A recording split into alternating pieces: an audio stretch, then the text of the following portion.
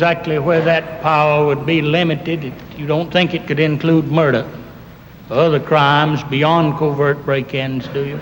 Oh, I don't know where the line is, Senator. This business of attacking the president has got to stop. And as far as this press corps, they can go to hell. Oh, sure. The hell with them. Mr. President, the great silent majority see right through it. Of course. They don't want the president to be destroyed. Of course they don't. And the biggest thing is not to let the bastards get us on the defensive. We've been on the defensive for 2 months because basically, you see, they were right in a sense. There was a cover-up, let's face it. But my point is that all of this indicates there's a widespread, as they say, the greatest, corruption in history. That's baloney. Oh, yeah, Nobody stole anything. The whole point about this, nobody has made any money, and I haven't seen one of our little boys make that point. As the evidence mounted, Nixon's supporters on the committee had grown increasingly muted. In the White House, the president raged to his chief of staff. By the way, we've got that simpering asshole, the Baker down here. I'm not going to let him come in. Baker will not be in this office again. You understand? Whitaker will not be in this office again. A page came over and handed me a note, says you have an emergency telephone call. And I excused myself from the council table, the TV cameras going, the whole thing on unfolding, and went over to the telephone, and it was my old friend Ray Jenkins. And Ray Jenkins is one of the great trial lawyers of all time. And Ray said, Howard, he says, I've been watching you on television, and you look like you know what you're doing for the first time since you've been up there. And I laughed and said, well, Ray, thank you. He said, yeah, but there are two things you have to remember. I said, what's that? He said, one, Richard Nixon is the meanest man in the valley, and the second is he's not dead. But for weeks, behind the scenes, committee investigators had been pursuing John Dean's hunch that Oval Office conversations were taped. I knew they would never get on the subject of tapes. Never. But if they did, I was ready with if it's a fuzzy question, I'll give a fuzzy answer. Oblique. If it's a direct question, I'll answer it directly. When we got to Butterfield only because on our chart, he sat outside of Haldeman's office. And so we called him not knowing anything. But when he was asked a question, he thought we knew because we had already questioned Haldeman. And he didn't know whether Haldeman told us the truth or not. So he didn't want to get caught in perjury. He says, well, I guess you know. But you're asking me about one tape. It wasn't one tape.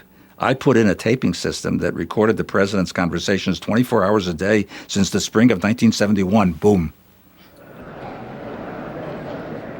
There were so many people in there, and I was center of attention.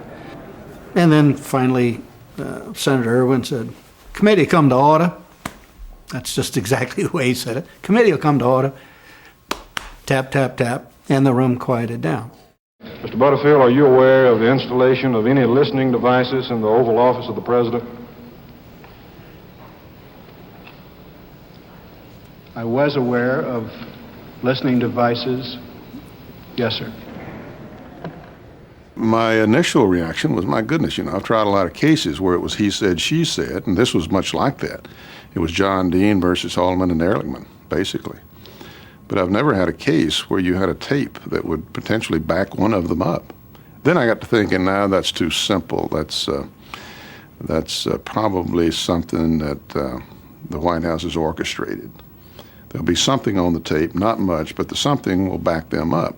The President did not want The witnesses had been upstaged by a tape recorder, and the country now knew there was a complete record of all Oval Office conversations taped by the president himself.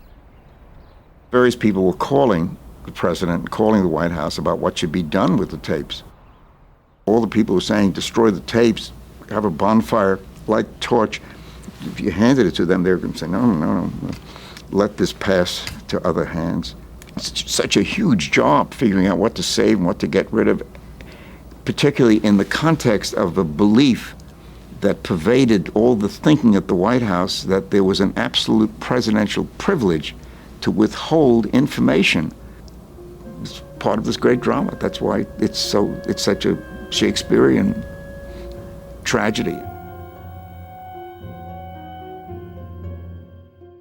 No, I guess I didn't know it would sink the president. I knew it was going to be very difficult for the president because I knew there was just a lot of things on it.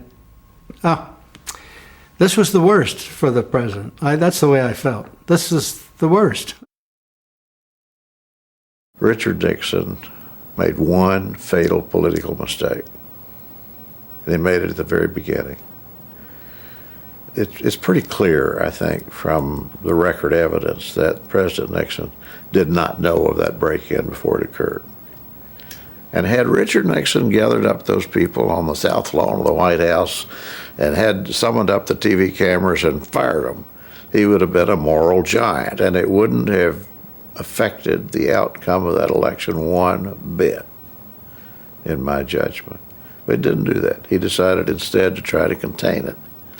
And that was his fatal error. Containing it almost always is a disaster. And that has become the single most important lesson that I think Watergate teaches us. Whatever it is, get it out of the way. The President of the United States can't be kicked around by a goddamn senile senator.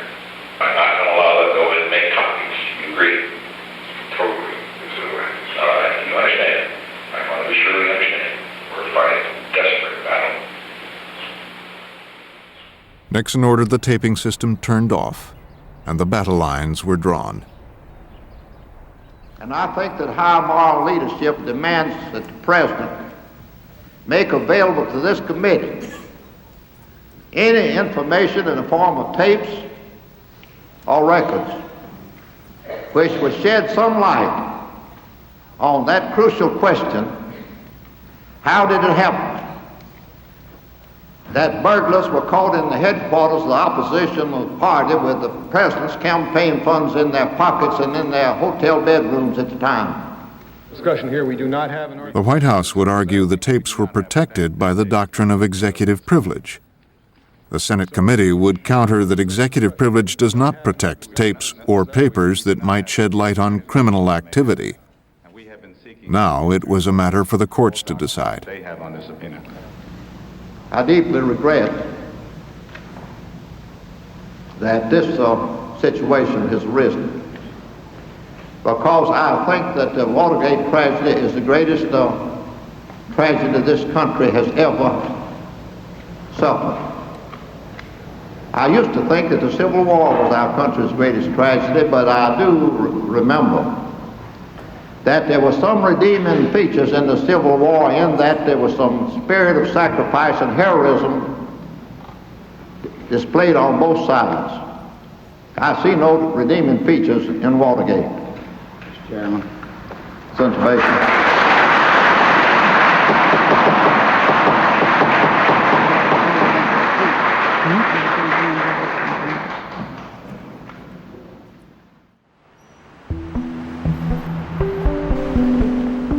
October 20th, 1973. They said they're sealing off the area. Do you know what they're doing? Two FBI guys just came in. In a last desperate attempt to derail the growing demands that he turn over his White House tapes, Nixon ordered Attorney General Elliot Richardson to fire the special prosecutor investigating Watergate. The Attorney General refused and resigned. So did his deputy. It became known as the Saturday Night Massacre. And there was a very real fear that the Constitution might not hold, because the president had argued in court that he was above the law. We decided as a committee to sue the president for the tapes, and we appeared before Judge Sirica, who was a very courageous judge during that time, John Sirica. And I remember that when the president's lawyer, a very distinguished constitutional lawyer, began his argument, he said to the court, "The president, my client, wants me to argue." that he is as absolute a monarch as Louis XIV,